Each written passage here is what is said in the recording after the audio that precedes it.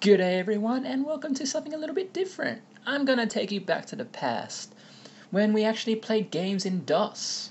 And we actually had to type our damn game into the damn text. Where is it? Lotus. D-I-R.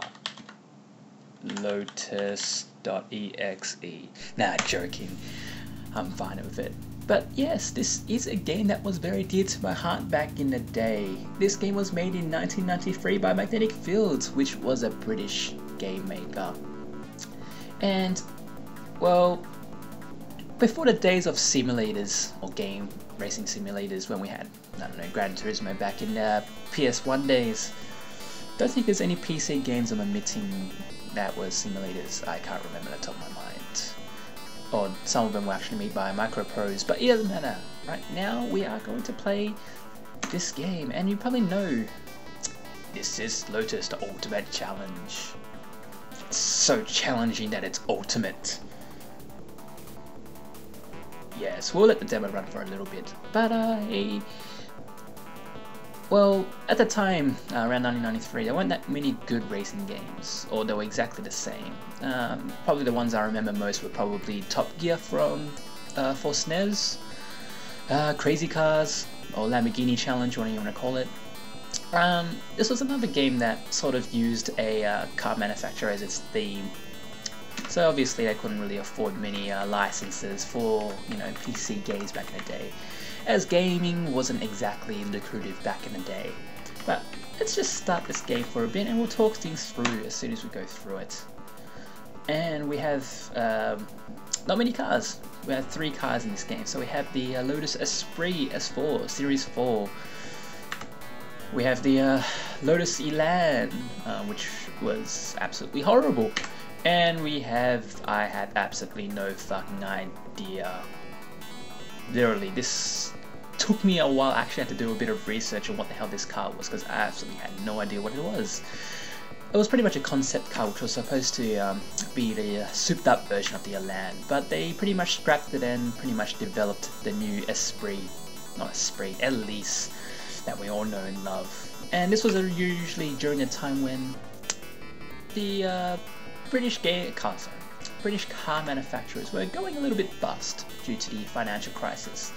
So it's a bit silly the fact that, well, they were getting ahead of themselves, I will say. But they were pretty much bought out by Malaysians, and, well, time will tell what it's gonna be like. But anyhow, we'll go to select tracks, and the tracks in this game are pretty actually alright. There's only 6 tracks you can actually pick. Wow, this guy's going a little bit crazy with his MIDI controller. Nice. But we'll pick this because it makes me want to take a shit because there's so much bass. And we sort of have a random track generator, or sort of. But yeah, we get to pick random tracks, or the tracks are pretty much allocated for us for our series championship. But we shall play it. And one thing I should mention, right now, I'm playing it right now. Can't believe I'm playing automatic. Automatic is for pussies. But I can't be bothered really, because for the purpose of this LP, I can't be bothered using 2 hands. And you're going to be hearing me clicking on my keyboard all the time. So this way is keeping it simple.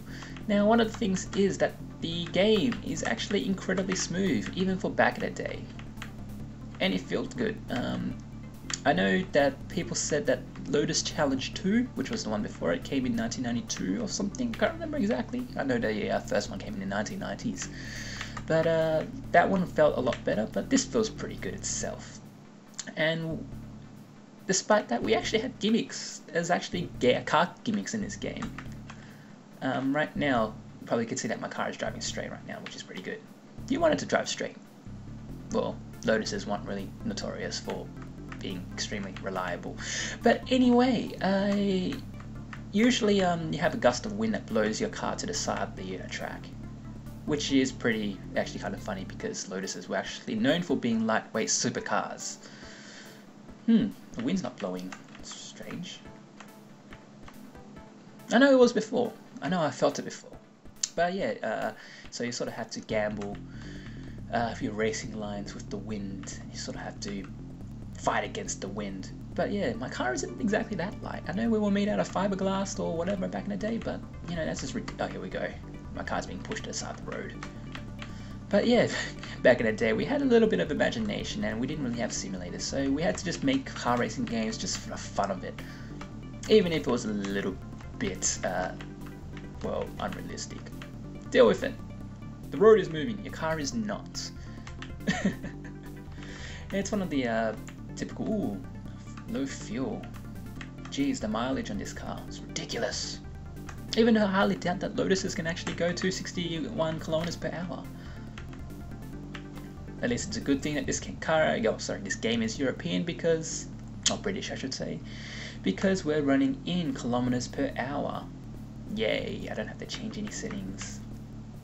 And lucky we finished the race before I ran out of fuel because I can't remember how to refuel my car.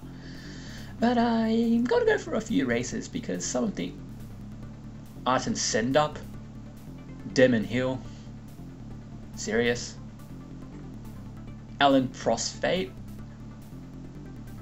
If you actually know your Formula 1 history, you do realise that the you could say that the name's a bit of a mock-up of other names, like obviously it's supposed to be Arden Senna, Damon Hill, Alan Prost. Oh, I didn't get to change my name. We'll change our track. Yeah, why not?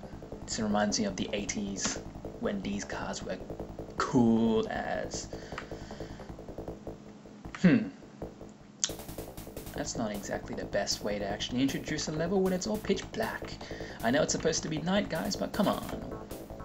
What's the use of having pop-up lights when you can't even see? But yeah, in this game, the feeling is actually quite good. Like, obviously I don't have to brake. Braking. Braking. Anyhow, yeah, really we just have to worry about letting off the throttle. And just sort of gauging the actual track, really. Obviously we don't have a map, so don't worry too much about it. But this game, back in the day when you would actually be a Lotus fan and Lotuses were cool, oh, still are cool now, you know, this was an absolute blast to play. And again, I mentioned before, we had a Lamborghini challenge as well, which was actually, to be honest, a much better game. But, you know, I couldn't resist playing this game again. But just speaking of the history behind it as well, not really history I should say, the history of the cars, because while I'm at it, because I'm sort of running out of things to sort of say until the next part obviously, but, oh god damn it, yes, I'm actually playing this on the spot by the way, but yeah, it's funny how they actually introduced or used a Lotus Elan as the another car you can actually race, because again, ironically enough, if you know my history when it comes to LP racing games, that the Lotus Elan sort of came out to sort of combat against the absolute shitstorm when the MX-5 just came out. And Lotus thought, oh yeah, we can always capitalize on that, you know, roadster phase, because that's a new craze right now, right? And Lotuses were always notorious for knowing how to make good British fun cars. And apparently that car absolutely sucked the donkey balls. Actually, it wasn't too bad. It's just the build quality was British, and they weren't making exactly good cars. So the build quality was horrible, but the looks was alright, right? And it was kind of fast, 160-ish horsepower. That's pretty quick, it's a lot faster than an MX-5. Only problem is that they fucked up again and they made it a front wheel drive car. So kudos to them, Lotus, kudos. You'll think with your Formula 1 history that you would figure out how to make good cars, but don't worry, we have this car. This car was absolutely awesome. And speaking of, well, I'm just going to keep going on this tangent before I run out of fuel. Hopefully I don't run out of fuel. It's taking me 2 laps to... I think you get to stop like this. Oh wait, no, you have to stop like that. There we go. That's about enough. Put pit stops, you know, that's a cool feature. Even though I couldn't really see anyone refilling my car, and it took me a while to actually stop and figure out where the pit stop was. I'm gonna go on a little bit of a tangent and say, well, obviously, because we don't have Lotus esprits in Need for Speed the Run, so I'm actually going to start talking about it. And these car, or Lotus's esprits, were actually developed by, let's see if I can get this right, Giorgetto Giugiaro? I can't remember. That in front of me, I'll figure it out. But he was the one who actually developed the best, sexiest cars ever. Notorious for developing, you know, or the looks I should say. He's probably the best car designer in the world. In terms of looks, I should say. Sorry, I got a little bit distracted. I lost a thought. But he actually designed the looks for, say, the Volkswagen Golf, the very first series. A few Maseratis, the BMW M1, which is pretty damn awesome. A few Lancias. Yeah, I think that's all I can remember. There's a lot more, but you can always look it up because he's got a fair bit of a resume, you could say. And we'll just have a quick check right now to see what kind of track we're racing right now. But we actually have to go through a series of races right now. And we have a rallycross. Yay! See, this game was ahead of its time. Incredibly fun. Well, back in the day. But I'll tell you where the fun is. And let me tell you, it's not right here.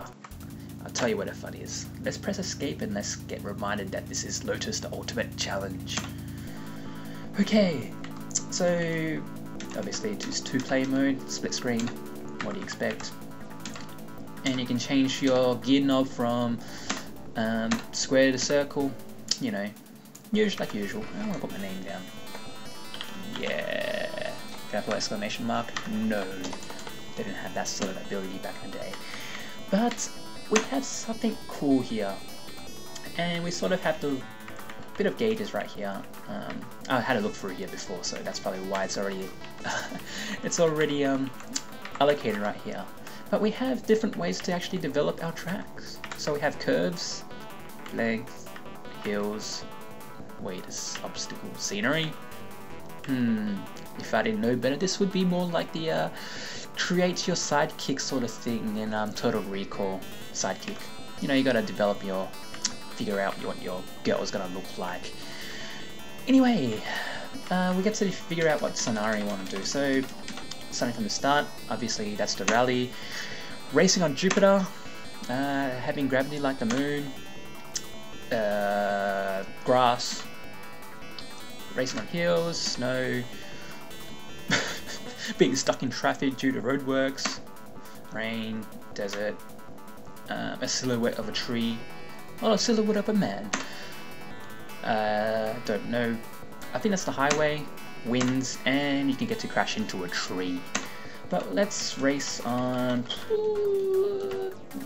Jupiter, and we can change the how things are. So let's do ultimate curves, and I don't even know what the hell scatter is. Maybe it's like Contra, and the scatter shot is the best. Spread shot, what you want to call it, I don't care. And we'll leave the difficulty down just for the purposes of this LP.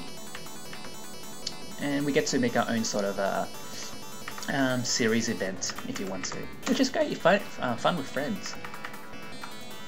And do I need anything else? No, we just got to change it so it actually runs our new track. But yeah, that's actually kind of cool, the fact that you get to choose what kind of track, you know, you get to design it yourself. And obviously you can tell that when you change the parameters here, it changes the code, so you can always, you know, memorize the code, bring it to your friend's house, and you can play Lotus all day. Yeah. And to be honest, everything else is sort of shit. So the only car we get to pick is the Esprit.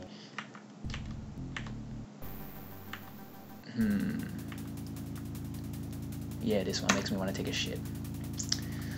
I feel it in my ass. But let's keep going. And whoa, we get Hot Wheels? A Hot Wheels set? I don't know, maybe we're playing on a chessboard. Who knows?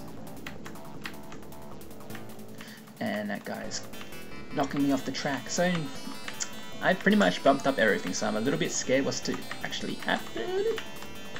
Okay. So you actually have to throttle. Throttling on a... Whoa. And there's lasers as well. So yeah, you get to verse on a futuristic track with lasers. Like, you know, that's Mario Kart syndrome right there. And we get even turbo zones, you know, boosts, which is kind of cool. But we're still racing on I don't know, maybe the future would. Wow, this is going to be the first time I'm actually going to brake. Braking? Oh no, and you can't believe like they caught me on camera scoffing at the fact that you're braking. I'm seriously like turning as hard as I can, by the way, so yeah, a bit silly.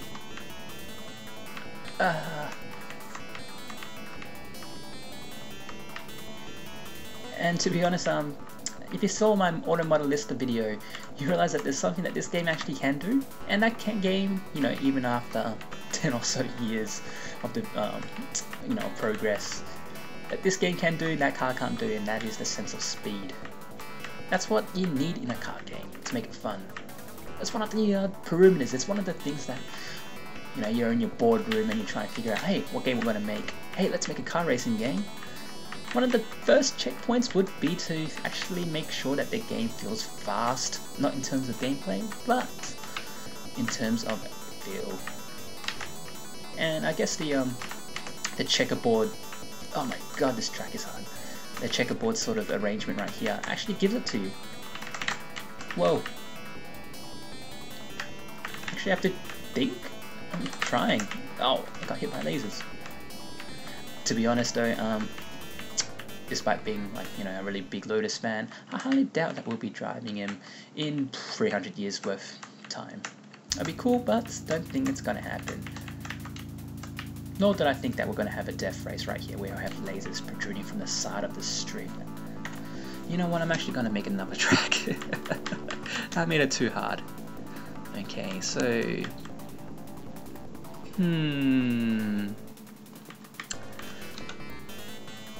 I'm assuming that's night race. So tree. Tree. Actually, I will do the snow race. Actually, no, the snow race. I realize it's just gonna be white. Desert, fog. We'll do the rain track because rain always looks cool, and we're gonna reduce the curves a little bit and the sharpness, but we'll make it hilly, and we'll keep it steep. I don't get it. Hills and steepness. Yeah. All right. Actually, why not? We don't get to change the color of our cars, by the way, so that's a little bit unfortunate. User-defined courses, but yeah, I can actually see people having fun with this game. Strangely enough. Go.